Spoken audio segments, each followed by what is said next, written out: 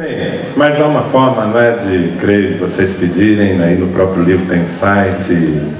Aliás, se você puder nos acompanhar o nosso ministério, aquilo que Deus está fazendo, os desafios que temos.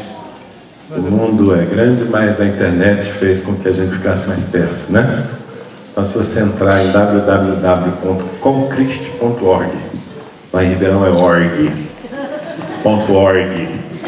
Pois é, aí você acompanha nosso ministério, é o site da Comunidade Cristã de Ribeirão Preto, comcrist.org, ok?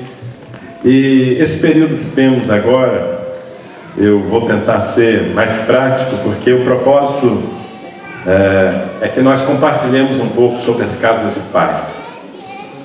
Eu acredito que a maioria de vocês já tem entendido boa parte dessa estratégia que Deus nos deu lá em Ribeirão Preto.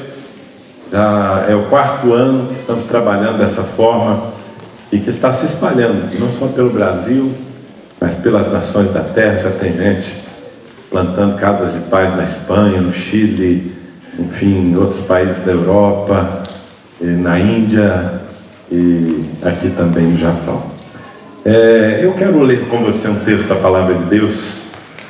Se você puder abrir a sua Bíblia em Lucas, capítulo 10, versículos 17 a 20. Lucas, capítulo 10, versículos 17 a 20. Deixa aberto o texto aí. Lucas 10, 17.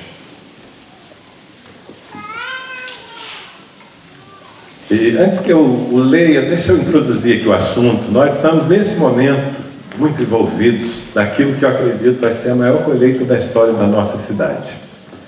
Eu, para te dizer a verdade, não poderia estar aqui hoje. A verdade é que eu vim para esse compromisso no Japão porque entendi que essa era a agenda de Deus. Mas deixei muitas coisas acontecendo em Ribeirão Preto. Graças a Deus, a visão que nós temos faz com que a obra não dependa de um homem só, não é? Então estão funcionando. Mas nós, no ano passado, a igreja que eu pastorei, nós num só dia estabelecemos 1.815 casas de paz em nossa cidade. Na verdade, elas transbordaram para as cidades vizinhas também.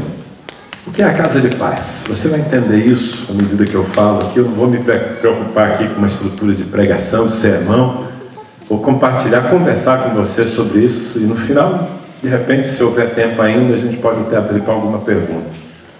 Mas basicamente, as casas de paz são um desafio que nós lançamos para a nossa igreja todos os anos. Organizamos o nosso povo de 2 em 2. Dentro das células, em cada célula, o líder de célula organiza as pessoas em duplas e as desafia a saírem em busca de um filho da paz. Quem é o filho da paz? É uma pessoa não convertida, uma pessoa que não conhece ao Senhor Jesus, ou eventualmente alguém que andou nos caminhos da fé, mas se desviou, está afastado do Evangelho. E nós propomos a essa pessoa que ela abra a sua casa para que nós tenhamos durante 2 meses uma reunião dentro da sua casa, para que nós possamos trazer a paz de Deus para dentro daquela família. Então, encontrar o Filho da Paz é o nosso desafio. Essa expressão Filho da Paz não é uma criação nossa. Na verdade, toda essa estratégia não é uma criação nossa. Eu não posso nem patentear, viu, irmãos? Porque quem inventou isso foi Jesus. Eu somente percebi que estava na palavra de Deus e resolvi praticar. E no ano passado, tem sido assim todos os anos. No ano passado foi o que tivemos mais êxito ainda, porque isso tem crescido ano após ano. Num só dia, nós entramos em mais de 1.800 casas. Entramos e permanecemos por pelo menos 2 meses, ministrando a palavra, curando os enfermos, enfim, trazendo o reino de Deus. 2014 eu entrei nesse ano com um desafio dado por Deus. A Mônica contou aqui um pouco daquele mover de oração que houve na cidade. Foi algo gerado por Deus, né? O homem pode fazer barulho, pode fazer algum movimento, mas homem algum pode levantar uma onda. E eu entrei em 2014 dizendo: Senhor, eu quero fazer tudo que estiver ao meu alcance, mas só o Senhor pode levantar uma grande onda de salvação em nossa cidade. E entrei nesse ano com o desafio de despertar as igrejas da cidade. Não só a comunidade cristã, que é a igreja que eu pastorei, mas de envolver as igrejas da cidade numa grande colheita. Então nós trabalhamos o primeiro semestre por isso, oramos muito, e finalmente um grupo de 30 igrejas, não é a maior parte da igreja, muitas igrejas não se engajaram nesse processo, mas nós temos 30 igrejas hoje, exatamente nesse mês de agosto, todos estão espalhados pela cidade, porque no dia 7 de setembro, que é um domingo, nós vamos estar estabelecendo, sei lá eu quantas casas de paz. Só a minha igreja tem como meta repetir a dose do ano passado e estabelecer 1.800. Mas a gente está coordenando, eu pessoalmente, um exército de mais de 10 mil crentes, juntando essas 30 igrejas. 10 mil crentes que estão sendo treinados, ministrados, entusiasmados, para que eles possam entrar nas casas e fazer essa colheita. E a minha expectativa é enorme. Então você imagina como é que está o movimento em Ribeirão Preto, e eu aqui no Japão me dando bem com vocês, né? Sendo abençoado, crescendo. Mas a obra quem faz é Deus. Jesus prometeu, Ele disse: eu edificarei a minha igreja, as portas do inferno não prevalecerão contra ela.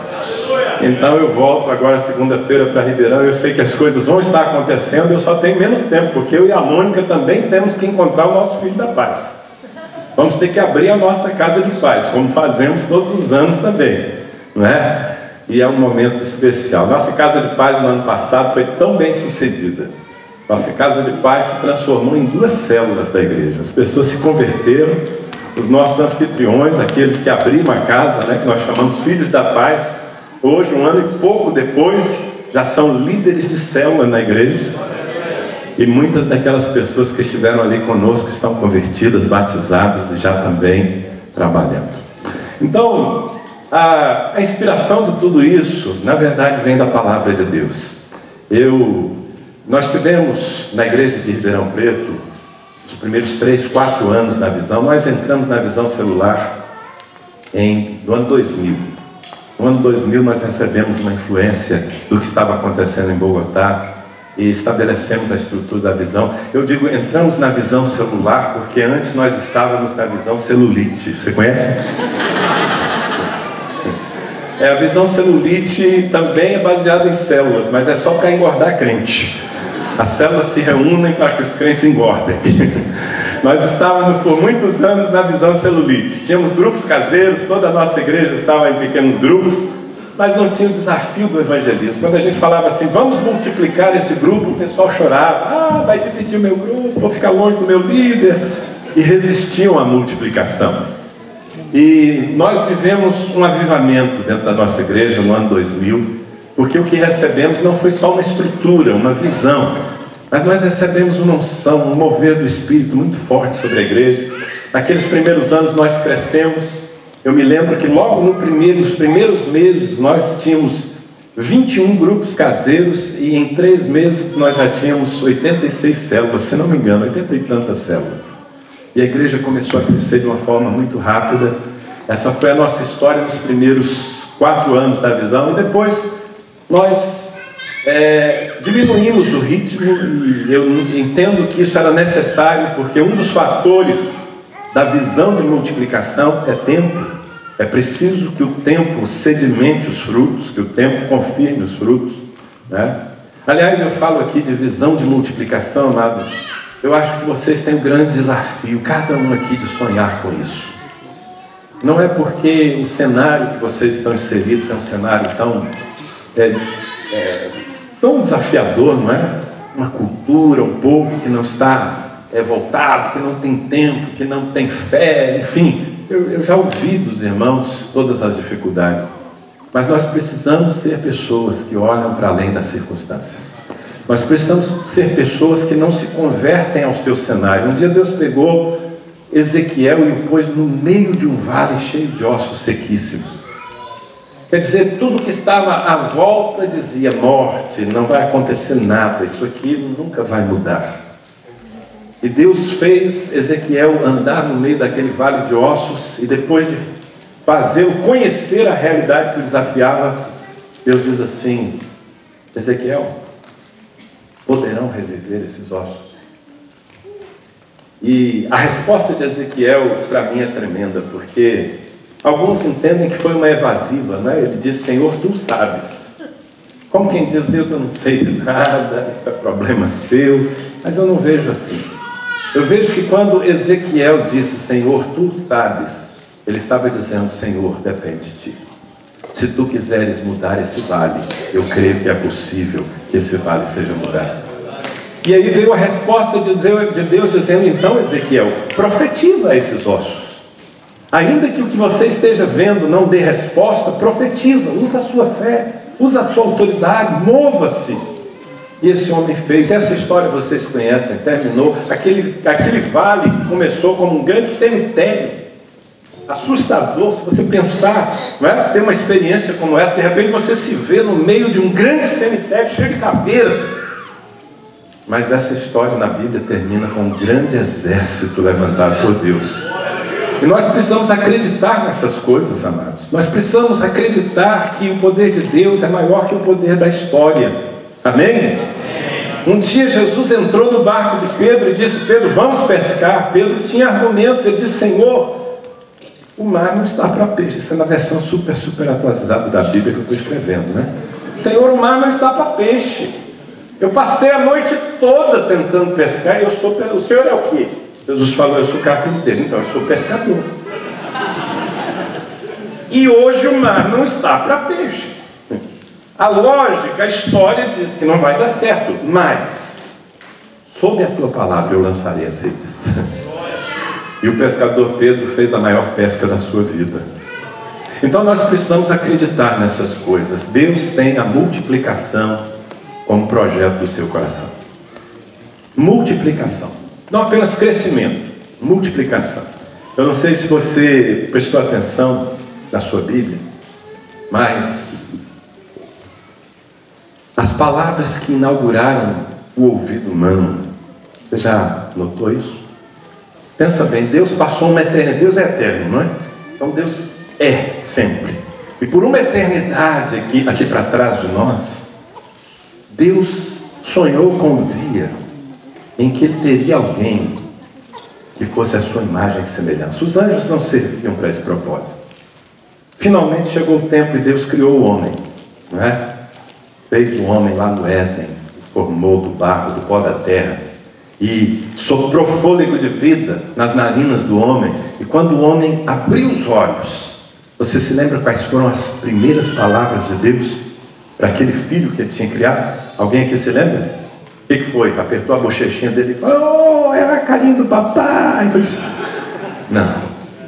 Parece que havia algo que estava na garganta, entalado, que Deus esperou uma eternidade para poder falar isso, não podia falar para os anjos.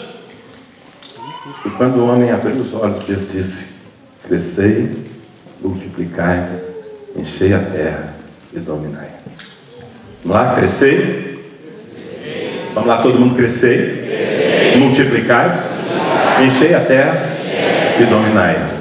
Deus nunca desistiu desse processo, desse projeto. Amém? E nós, como igreja, precisamos ser um povo ousado, um povo que acredita que é possível multiplicar. Mas precisamos também ter sabedoria, ter inteligência do céu. Então eu estou fazendo aqui essa introdução porque, na verdade, as casas de paz são só uma forma, não são a maneira, não são uma nova visão. Não, são só uma forma simples de nós podermos multiplicar, de nós podermos ganhar vidas, levar pessoas ao Evangelho e multiplicar as nossas células. Porque o que nós propomos é que as pessoas abram a sua casa por um período determinado, são 7 semanas. Na verdade 8, porque tem a semana de implantação. 8 semanas, 2 meses. Mas o que nós pretendemos é que após esses 2 meses, aquelas pessoas que estão frequentando a casa de paz, que não eram crentes, se convertam. E durante esse período elas se convertam. E se convertendo, nós não queremos ir embora da casa delas. Nós queremos fazer com que a casa delas se torne uma célula definitiva. Já que passamos os últimos 2 meses aqui, vamos continuar? Essa é a nossa proposta. E tudo isso está baseado em Lucas capítulo 10. Eu vou ler apenas aqui alguns textos, mas vou comentar algumas coisas importantes para que os irmãos entendam. Eu vou ler apenas o versículo 16 a 19, ao 20, perdão, que é o desfecho daquilo que Jesus fez. Então regressaram os 70, versículo 17, regressaram os 70 possuídos de alegria, dizendo: Senhor, os próprios demônios se nos submetem pelo teu nome. Mas ele lhes disse, Jesus lhes disse: eu vi Satanás caindo do céu como um relâmpago. Eis que vos dei autoridade para pisar de serpentes e escorpiões e sobre todo o poder do inimigo, e nada absolutamente vos causará dano algum. Não obstante, alegrai-vos, não porque os espíritos se vos submetem, e sim porque o vosso nome está arrolado nos céus. Amém? Esse é o desfecho de uma estratégia. Eu fico impressionado com essa expressão, possuídos de alegria. Os 70 voltaram possuídos de alegria. Irmão, eu tenho visto crente possuído de raiva, possuído de inveja, mas um crente possuído de alegria é uma coisa muito poderosa, você não acha? E eles voltaram possuídos de alegria, porque eles tinham, pela primeira vez na vida, provado daquilo para o que nós fomos criados. Sabe o que? Ser usados por Deus. Deus quer usar você. Vou falar de novo porque eu acho que vocês não entenderam. Deus quer usar você. Não quero saber se você é um pastor ou não é. Não quero saber se você tem muita cultura ou não tem, se você tem muito dinheiro na conta ou não tem. Não importa para mim nem para Deus. Deus quer usar você. Nós precisamos sentir o gosto do que é ser usados por Deus. Eu me lembro da minha primeira vez como pregador, fora da minha cidade. Na verdade foi uma situação muito inusitada.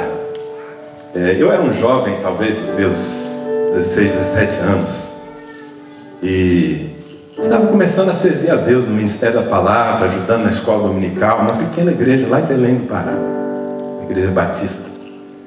E um pastor de São Luís do Maranhão foi a Belém, amigo do meu pastor, e ele estava numa situação realmente muito complicada, irmãos. Pastor Oséias, ele era um baixinho assim, de 1,5 metros, muito amoroso, mas naqueles dias ele estava com um grande problema. Por quê? Ele foi de São Luís do Maranhão a Belém para fazer uma prótese dentária, vulgo dentadura. Então, arrancaram todos os dentes daquele pastor e ele foi para receber a prótese. Acontece que a prótese não ficou pronta e o fim de semana estava chegando. E ele procurou o meu pastor desesperado e ele disse: Vital, eu estou com um grande problema. Por quê? E ele contou a história. Eu tenho um fim de semana pela frente, eu não tenho ninguém na minha igreja que possa pregar, você não tem ninguém aí?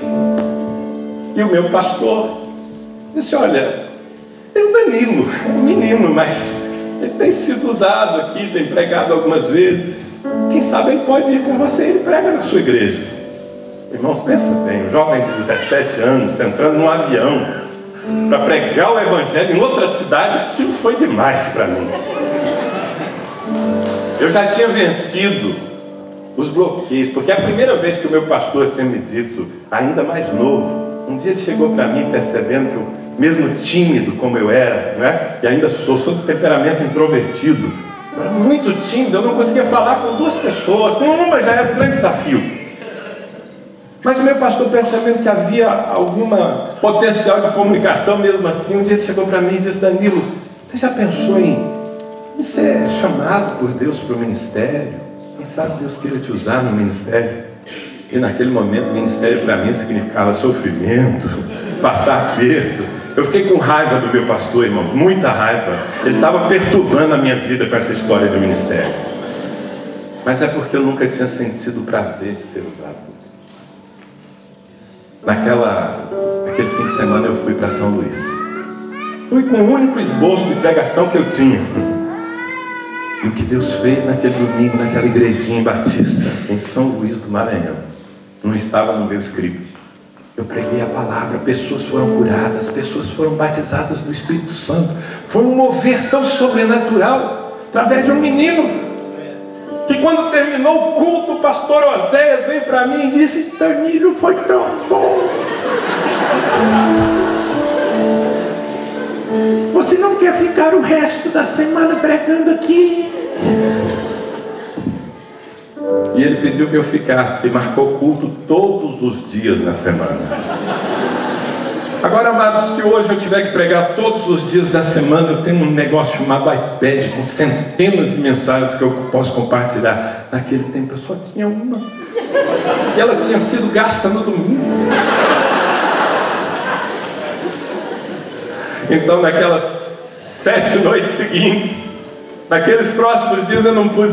Quem conhece São Luís do Maranhão, uma cidade linda de litoral no Brasil, mas não pude conhecer praia, nada, porque a minha agenda era a seguinte: durante o dia, ralando, orando, lendo a palavra, e à noite pregando.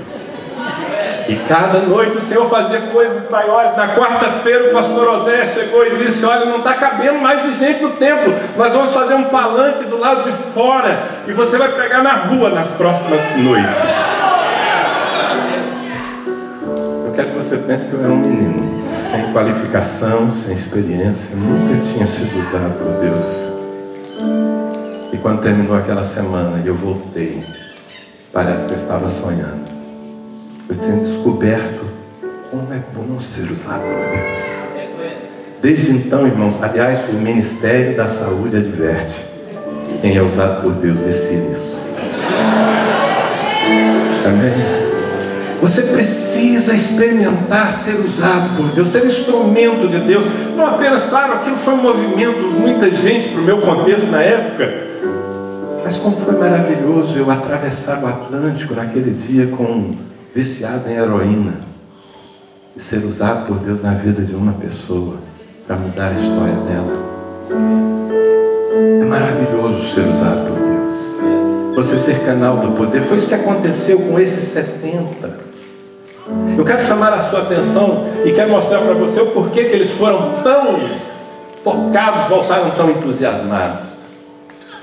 Se você voltar para o começo do capítulo 10, você vai ver que Jesus chama 70 novos convertidos.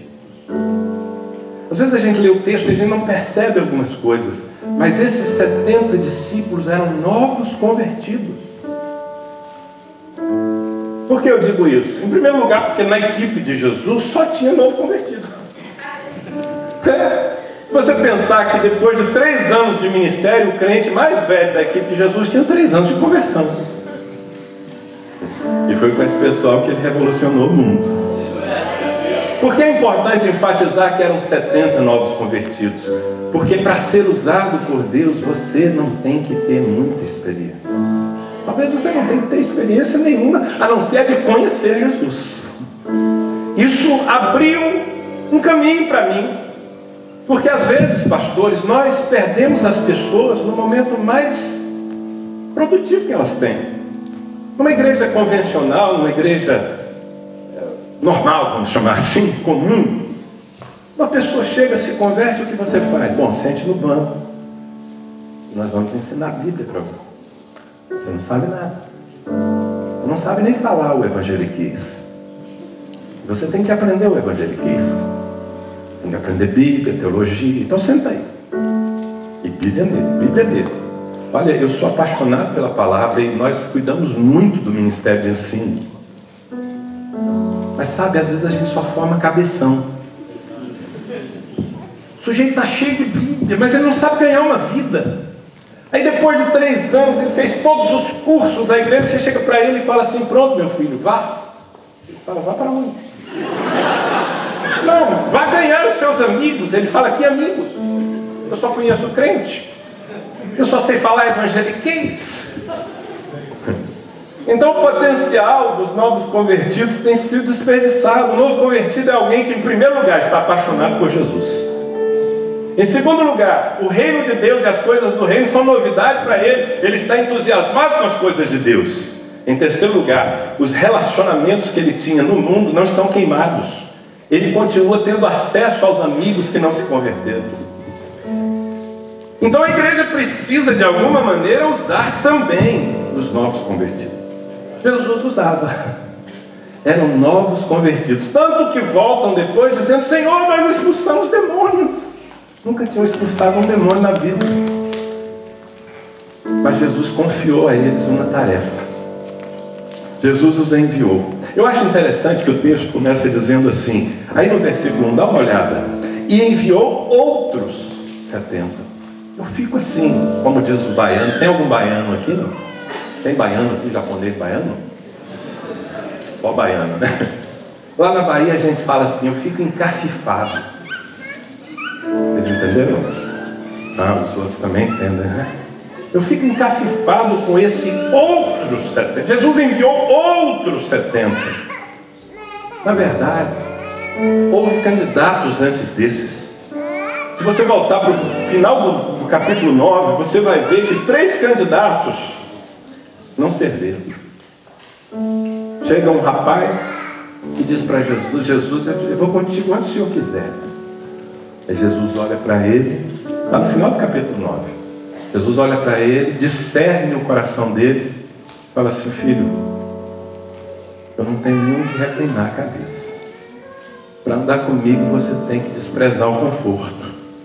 Para fazer a minha obra você vai ter que passar alguns apertos. Você está afim? Não está, não serve. Aí Jesus olha para outro e diz, você vem e segue. Já pensou, mas você recebeu um convite pessoal de Jesus? Quando Jesus falava assim, vem e segue, não era só para ser crente, não, era para fazer parte da equipe dele. Vem andar comigo. Mas esse homem aqui, ele falou assim, Senhor, deixa primeiro eu enterrar meu pai. Jesus olha para ele e diz, deixa os mortos o enterrarem seus próprios mortos, quanto a ti, vem e segue. E ele não serviu também.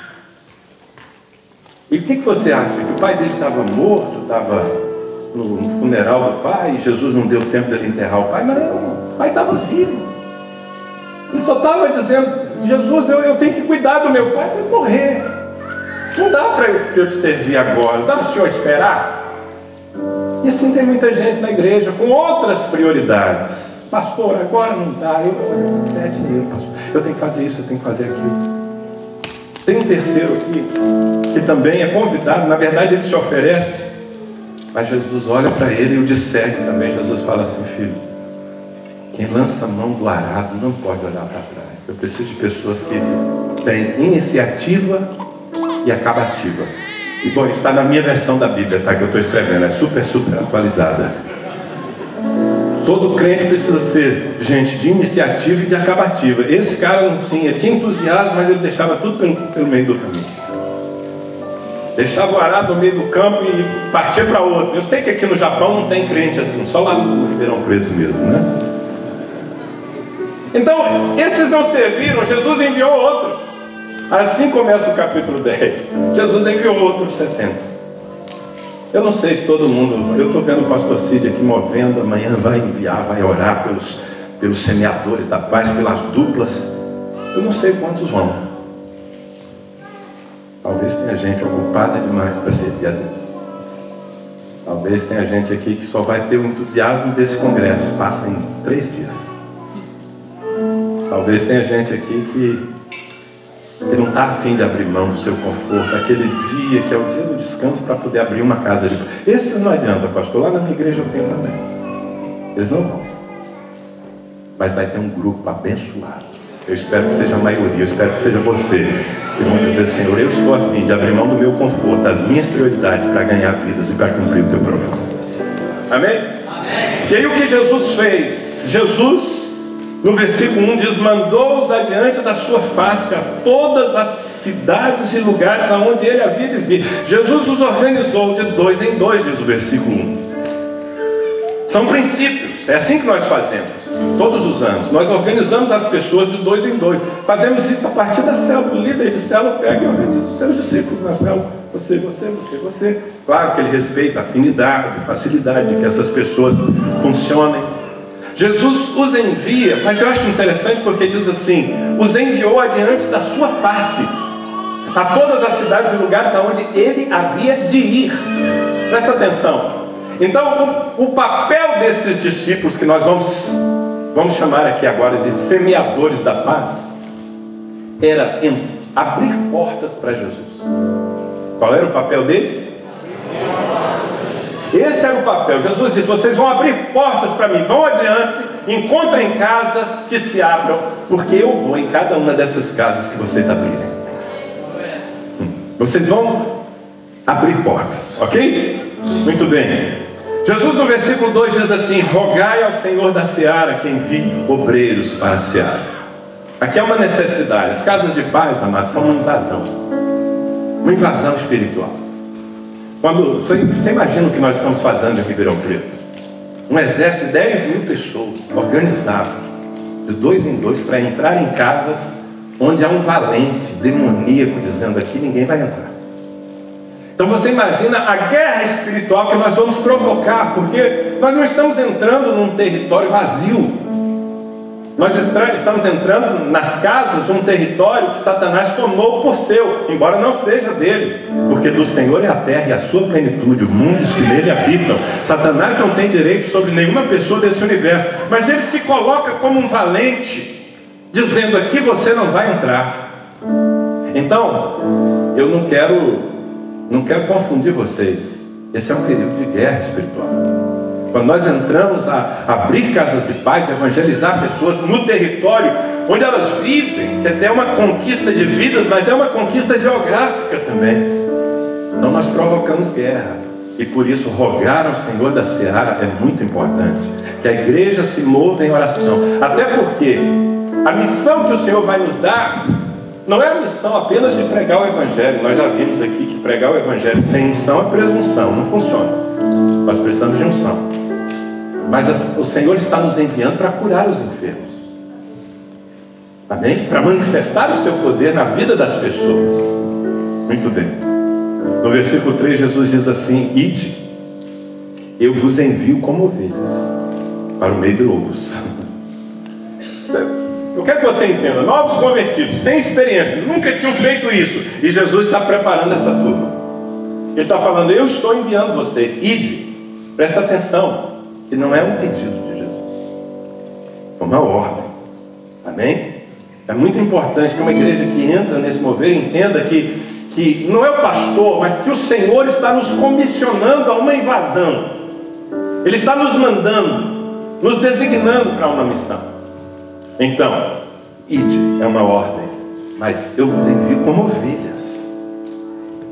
Eu vos envio com o meu caráter, vocês são ovelhas, vocês são do meu pastoreio, vocês são santos. Amém? E vocês vão influenciar no meio de lobos. Tremendo, né? Não leveis, versículo 4, bolsa, nem alforje, nem sandálias. Eu estou falando rápido aqui porque o nosso tempo é curto, mas são princípios que nós usamos na prática. Ou seja, aquelas pessoas que iriam ser usadas por Deus, aqueles 70, eles não precisavam de uma bagagem. Você não tem bagagem? Você não tem experiência? Você não é uma pessoa que fala com facilidade, prega para multidões? Não importa. Você tem fé? Você tem disposição de ser usado por Deus? Então vá. Sem bagagem mesmo. Não precisa levar bolsa ao corpo. Não complica. Fala para o seu vizinho aí: irmão, não complica. Porque tem gente cuja filosofia é: por que simplificar se a gente pode complicar? Né? Eu descobri que no reino de Deus as coisas mais poderosas são as mais simples. As mais simples são as mais poderosas. As casas de paz são muito simples. É para novo convertido fazer. Mas o poder de Deus se manifesta, amém? No versículo 4 ainda Jesus diz assim: a ninguém saudeis pelo caminho. O que Jesus está ensinando? Falta de educação? Se alguém falar com você, perde tempo não. Não é falta de educação. Jesus está falando: nesse tempo vocês têm que se concentrar numa missão. Então, quando nós, na nossa igreja, nós fazemos isso uma vez por ano, que é muito intenso. Mas naqueles 2, 3 meses do processo, tem um mês antes, né, de preparação da igreja, de oração, depois tem os 2 meses nas casas de paz, depois tem a consolidação desse fruto todo que vem das casas de paz. Mas tem 2 meses aí que são muito intensos. As pessoas da igreja se envolvem, abrem casas de paz, algumas duplas abrem 2, 3, 4, 5. Teve um menino na minha igreja que abriu 8 casas de paz durante a última campanha que fizemos. Eu falei: meu filho, você não está fazendo mais nada na vida? Ele falou: não, pastor, eu trabalho de dia, mas à noite estamos aí, né? É um fominha, é daqueles que a gente chama de fominha. Graças a Deus por ele. Porque ele faz pelos outros que não fazem, entendeu? Eu tenho também lá na minha igreja. É maravilhoso isso. E qual é a missão? Né? No versículo 6, Jesus diz assim, versículo 5: em qualquer casa que entrardes, dizei primeiro, paz seja nessa casa. O que é para dizer? Paz. A paz seja nessa casa. É por isso que a gente chama casa de paz. A nossa missão é levar paz para as casas, através do Evangelho. Mas como é que a gente faz para entrar na casa? Bom, Jesus não deu endereço de ninguém. Jesus falou, bata na porta das pessoas. Aqueles 70, aquelas 35 duplas saíram por aldeias, cidades diferentes. Eles foram bater na porta de gente que eles não conheciam. Mas eventualmente tem um filho da paz que já trabalha ao seu lado, seja o seu vizinho, seja até um parente seu, né? Como é que a gente descobre o filho da paz? Você entendeu? O filho da paz é essa pessoa não convertida, não é crente, é não convertida, mas que está com o coração aberto. Como é que a gente descobre o filho da paz? Não está escrito na testa dele. Sabe como? Muito simples. Acho que funciona no Japão também. Você se aproxima de uma pessoa conhecida sua ou não, gente que você conheceu agora, começa a conversar, e num determinado momento da conversa você pergunta algo para ela. Vem cá, tem alguma coisa roubando a sua paz? Tem alguma coisa roubando a paz da sua família, perturbando você, entristecendo? Se essa pessoa, olha, eu acho que vocês não vão precisar andar muito para encontrar uma pessoa com problema. Certo? Pessoas no Japão têm problemas? Não. No mundo todo. Você encontrar alguém que compartilha o seu problema, diz, muito triste, meu filho, minha esposa, uma enfermidade, eu perdi o emprego. Quando a pessoa compartilha o seu problema, o que nós fazemos? Vem cá, você não gostaria de entrar comigo num propósito de buscarmos a Deus por um milagre nessa área, na sua vida, na sua família? Eu estou disposto a ir fazer uma reunião toda semana com você. Uma horinha, bem rápido, mas para nós buscarmos a Deus. Eu conheço a Deus, eu creio que Ele pode resolver essa situação. Amados, é assim que nós abrimos casas de paz. Nós oferecemos a paz de Deus. Olha, eu conheço alguém que pode tirar o seu filho das drogas. Eu conheço alguém que pode restaurar o seu casamento. Ele fez no meu. Mas você precisa buscar. Vamos buscar Deus juntos. Você abre a sua casa para eu ir lá buscar Deus com você. Essa é a nossa primeira proposta. Então foi isso que Jesus enviou, não é? Em qualquer casa que entrardes, dizei primeiro, paz seja nessa casa. Versículo 6. Se ali houver um filho da paz... Olha aí, foi Jesus que inventou o termo, né? Filho da paz. Se ali houver um filho da paz, repousará sobre ele a vossa paz. Amém? Versículo 6. E se não, a paz voltará para vós. Porque tem crente que perde a paz fácil, né? Aqui não é assim, não? Tem crente que, então tá, pastor, eu vou fazer. Aí vai e conversa com um amigo e tenta, não é? Convencer o amigo a abrir sua casa, o amigo fala não. Aí o crente perde a paz, volta derrotado, desanimado. Não, meu querido, se você tentou com um e ele fechou a porta, ele não era filho da paz. A paz volta para você. Sabe o que você vai fazer? Bater em outra porta. Simples assim, é como nós fazemos lá. De vez em quando a gente leva uma portada na cara. O máximo que pode acontecer é uma dor no nariz, só isso. Será que é difícil fazer isso? Muito bem. Ficai na mesma casa, versículo 7, comendo e bebendo do que eles tiverem. Não andeis de casa em casa. Ou seja, é para estabelecer um relacionamento nessa casa. Não é um evangelismo de você passar, bater na porta, entregar um folheto e sumir de lá, fazer uma reunião e sumir. Não, não. Fica nessa casa. Entra nessa casa e permanece. Estabelece um relacionamento com essas pessoas para abençoá-las. Compra a briga delas. Entra na presença de Deus por aquilo que está perturbando essa família. Amém? Seja amigo deles, é o que Jesus está falando. Entrem nas casas e sejam amigos dessas pessoas. Amém? Versículo 9: curai os enfermos que nela houver. Ou seja, aquilo que está roubando a paz da família, eu te comissiono, vai e resolve. Resolve. Tem um enfermo, ora pelo enfermo. O poder de Deus está sobre a sua vida, irmãos. Quantos milagres acontecem durante as casas de paz? Por duas coisas. Primeiro, a igreja está orando. Segundo, as pessoas estão necessitadas. Deus é Deus de misericórdia. Amém? Amanhã nós vamos abençoar os semeadores da paz aqui. E você pode ter certeza, nós vamos liberar sobre vocês uma unção de milagres. Foi aqui ou foi lá na igreja do Akira que eu contei a história do foi aqui, né? Foi na primeira sessão, né? Um garoto de 15 anos que orou por um cego. Ele me chamou. Por que não você? Pergunta para o seu vizinho, por que não você? Então vá na autoridade do Senhor, amém, querido? Vá, o Senhor é contigo, é Ele quem está te enviando. Você não está indo em nome da missão apoio, você não está indo em nome do pastor Filho, você não está indo em seu próprio nome, você está indo em nome de Jesus. Você tem que entrar na casa dizendo: eu vim aqui porque Jesus me comissionou, eu sou um representante de Jesus. Curai os enfermos que nela houver e dizei-lhes: é chegado a vós do reino de Deus. Nosso propósito, sabe qual é? Estabelecer o reino, o governo, o senhorio de Deus naquelas vidas e naquelas famílias.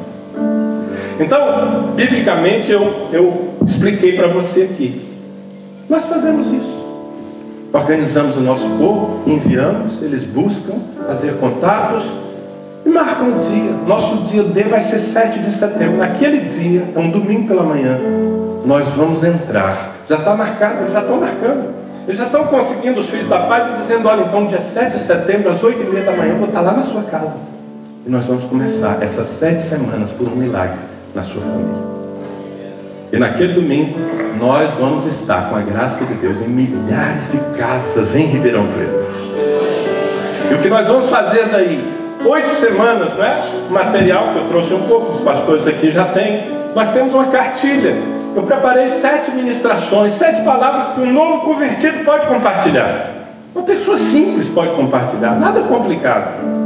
Mas sempre ministrações baseadas num texto bíblico onde o que aconteceu numa casa quando Jesus entrou ali, ou quando alguém enviado por Deus entrou naquela casa. O que aconteceu? Cada semana nós vamos ver o que aconteceu numa casa. E estrategicamente, a primeira semana, a primeira reunião, nós falamos da história de Cornélio. A história de Cornélio está no capítulo 10 de Atos. Quem era Cornélio? Um homem religioso, um homem bom, mas perdido, porque ele não conhecia Jesus, mas de coração aberto. E Deus mandou Pedro. Pedro foi com algumas pessoas crentes, saiu de Jope, foi até Cesareia, onde Cornélio morava, para levar o evangelho à casa de Cornélio. Na verdade, Pedro foi achando que ia só evangelizar Cornélio. Quando chegou lá, a casa estava cheia, porque Cornélio tinha chamado os seus amigos e seus familiares. E nós fazemos dessa ministração a primeira na casa de paz. Sabe por quê? Porque eu entrei naquela casa por uma pessoa, é o Filho da Paz. Mas eu não quero salvar só ele, eu não quero abençoar só ele, eu quero que ele seja uma ponte que me leve a outras pessoas. Então, na primeira reunião, nós desafiamos essa pessoa, esse filho da paz, que não é crente ainda, a chamar mais gente. Claro, a maioria vai estar ainda, né, meio desconfiado. O que esses crentes vão aprontar aqui na minha casa e tal. Eles não vão ter essa atitude já de chamar um monte de gente, a não ser que vocês estejam na bênção mesmo. Na nossa casa de paz, né, nós abrimos no ano passado uma casa de paz, eu e a Mônica. A primeira reunião já tinha mais de 10 pessoas. O rapaz que era o dono da casa chamava todo mundo. Mas se a pessoa não tem essa atividade, essa atitude, a gente força um pouquinho a barra. Termina aquela primeira reunião, antes de orar, ungir a casa, decretar que aquela casa é uma casa de paz, que Jesus agora reina ali. Sabe o que a gente faz? A gente olha para ele, vamos imaginar, não é que eu consegui alguém, o seu Francisco. Termina a reunião e fala: seu Francisco, vem cá. Tem alguém que você ama, que você sabe que precisa da bênção de Deus? Ah, tem fulano, tem Beltrano. Vamos chamar essa pessoa para a próxima reunião aqui na sua casa. Faz o seguinte, seu Francisco, me dá o telefone dela, o senhor me dá? Eu vou ligar em seu nome. Porque ele não vai fazer, não é crente ainda, irmãos. Mas se você me der a permissão, eu vou ligar para essa pessoa e dizer, olha, sou amigo do seu Francisco, nós estamos fazendo uma reunião na casa dele para abençoar as famílias com paz. Ele disse que queria muito que você estivesse lá. Você vai? Aí, terminou a reunião, domingo de manhã. A gente fala assim, o seu Francisco, e aqui na vizinhança, tem alguém que o senhor conhece? Ah, tem um fulano ali, o Beltrano. Vamos lá comigo agora, vamos chamar ele para a próxima reunião. Porque se você bater na porta do vizinho lá, você não é conhecido, ele não vai nem te dar atenção. Mas se você for com o seu Francisco, que é amigo dele, e aí você chega lá e fala, olha, estou aqui com o seu Francisco, nós estamos tendo uma reunião na casa dele para abençoar as famílias. Você não quer ir? Se a pessoa falar, irmãos, você não conta isso para ninguém, tá? Se a pessoa falar, ah, tá, eu vou. Aí a gente fala, então tá, a gente passa aqui antes.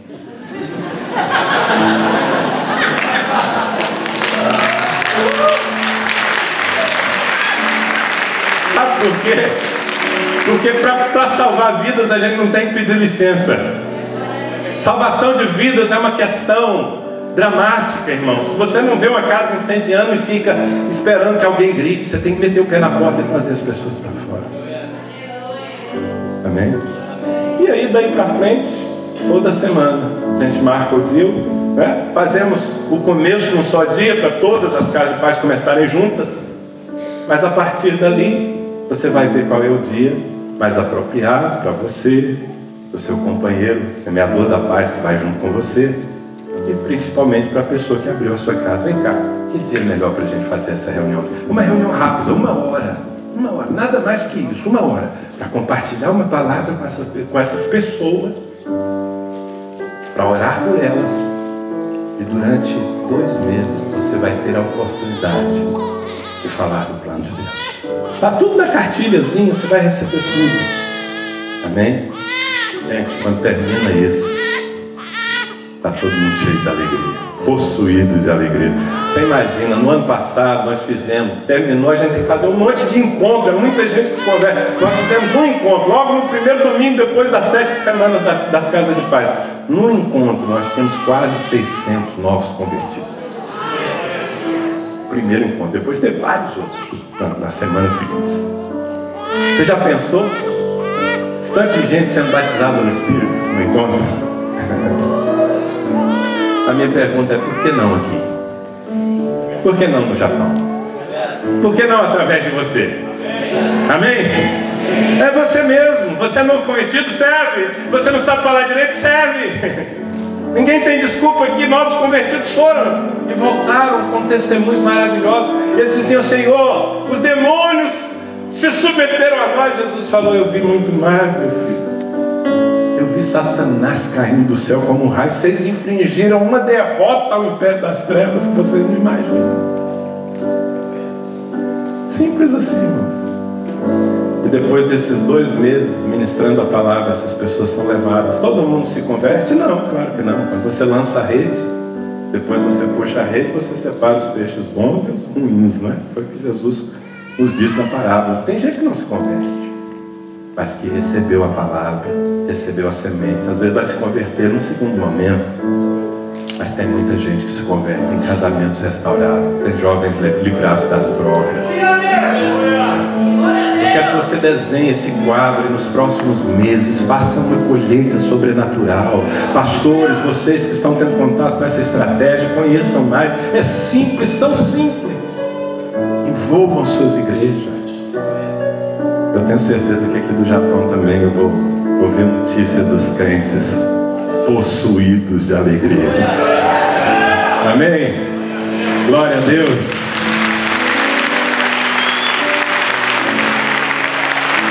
Só para completar, porque o meu tempo já esgotou, durante o período das casas de paz, a gente alivia todas as outras coisas da igreja. Porque Jesus disse, concentra nisso, não perde tempo com outras coisas. Nesse período, 2 meses, as nossas células, elas não se dissolvem, ok? Nossas células continuam existindo, mas como é muito intenso, eu oriento que essas células, ao invés de se reunirem semanalmente, essas células se reúnem quinzenalmente. Por quê? Porque está todo mundo cuidando da casa de paz, está todo mundo envolvido. E na verdade essa reunião de célula não é para ser uma reunião normal de célula, é para ser uma reunião em que o líder da célula se reúne com as duplas que ele enviou para orar com esse pessoal, para ver se alguém está tendo uma dificuldade, para, enfim, ajudá-los a administrar o processo. O líder de célula é importante nisso. Amém? E nesse período, então, os nossos cultos na igreja, porque desde a primeira reunião na Casa de Paz, nós já começamos a trabalhar com aquelas pessoas que vão ali recebendo a palavra, para que elas venham a um culto da igreja. Porque elas estão recebendo a igreja na casa delas, mas nós queremos que o quanto antes elas venham para um culto da igreja. Porque você sabe o impacto que é chegar aqui num domingo e sentir a presença de Deus no meio dos irmãos, né? E aí durante aqueles 2 meses, em todos os cultos da igreja, nós temos um momento que é dos filhos da paz. Então, por exemplo, no domingo eu chego lá, depois do louvor, depois da oferta, antes da palavra, eu chego e falo assim: vem cá, tem algum filho da paz pela primeira vez aqui? Alguém que abriu a sua casa para nós e veio hoje nos conhecer e está aqui? Aí levanta um monte de gente, porque nesse período, toda reunião tem gente nova. Aí eu falo assim: vocês que estão em pé, são filhos da paz, venham aqui para frente. Está com a chave da sua casa aí? Traz a chave aqui, vamos entregar a chave da sua casa para Jesus. E eles vêm para frente, e nós oramos com eles, e depois a igreja faz a festa. E assim nós ganhamos muitas vidas para o Senhor todos os anos. E quando termina isso tudo, além de ganhar vidas, nós multiplicamos células. Porque às vezes aquela casa de paz, pessoas se converteram, o que eu vou fazer? Manter a reunião ali. E aquele que estava cuidando, continua como líder daquela célula. Ah, mas ele não passou ainda pela escola de líderes. No nosso caso lá, ele entra imediatamente na escola de líderes, para continuar cuidando do povo que ele ganhou, que ele não quer perder, porque ele sentiu o gosto de quer ser usado por Deus. Ele não quer deixar de ser líder, mas ele agora viu que é bom. Aí ele entra na escola de líderes, porque se ele não entrar, o que nós vamos fazer? Nós vamos falar: então você volta para a sua célula original, nós vamos botar um líder capacitado para cuidar desse povo aqui. Amém? Deu para entender? Não fui eu, não posso levar a glória de nada disso. Está tudo aqui na Bíblia, foi Jesus que inventou. Eu só tive a graça de ver que dava para fazer de novo. Amém? E ao invés de enviar 70, eu envio 2.000 duplas. Dá para fazer uma colheita maior até do que Jesus fez naquele dia. Né? Amém? Vocês estão a fim de crer por coisas grandes? Amém, querido. Eu quero fazer uma oração com você. Não vou chamar ninguém na frente, mas eu queria que você ficasse em pé.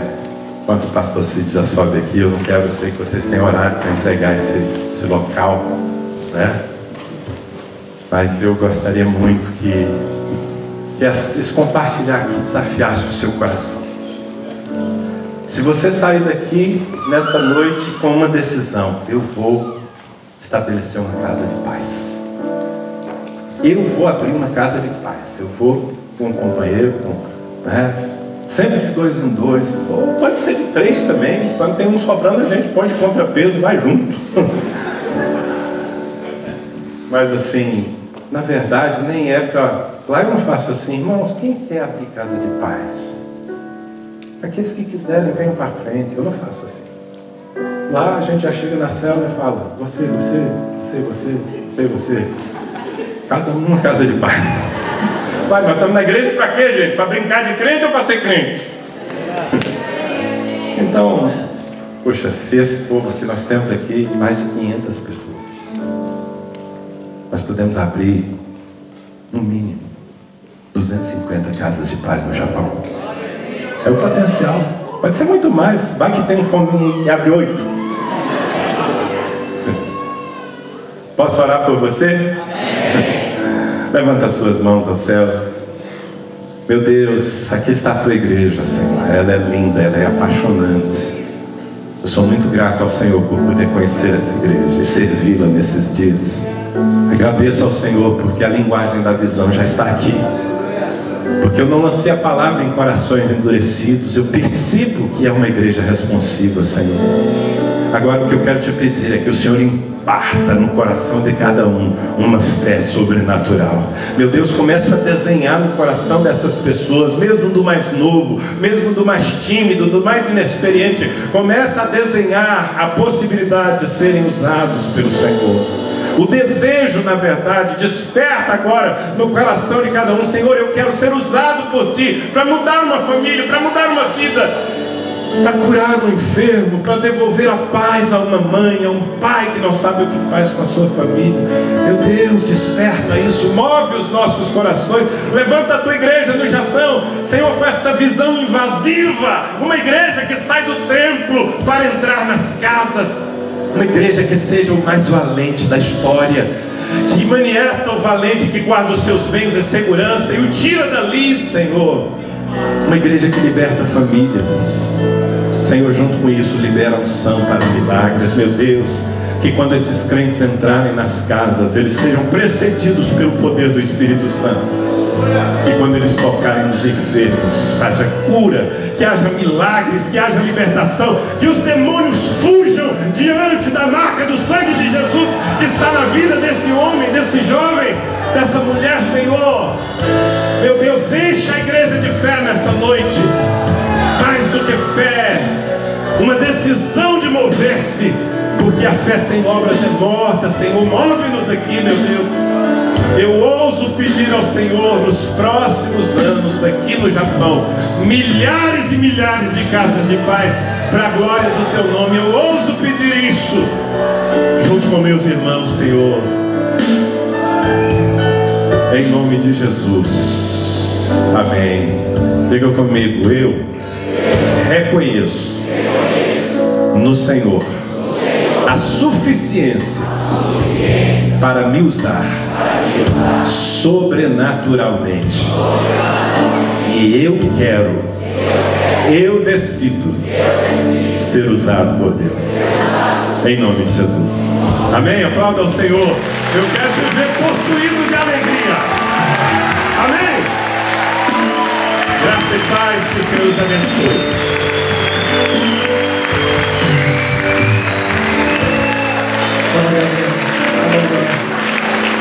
Espero que você tenha sido grandemente abençoado. Uma vez mais, obrigado Danilo, Mônica, obrigado pastores por terem disposto o vosso tempo para estar conosco aqui. Para nós tem sido realmente grande, volto a repetir, era bênção demais para eu reter sozinho. Eu espero que você tenha sido impactado e volte com uma nova disposição. Qualquer dúvida, você pode entrar em contato. Eu tenho certeza que dúvidas serão dissolvidas, amém?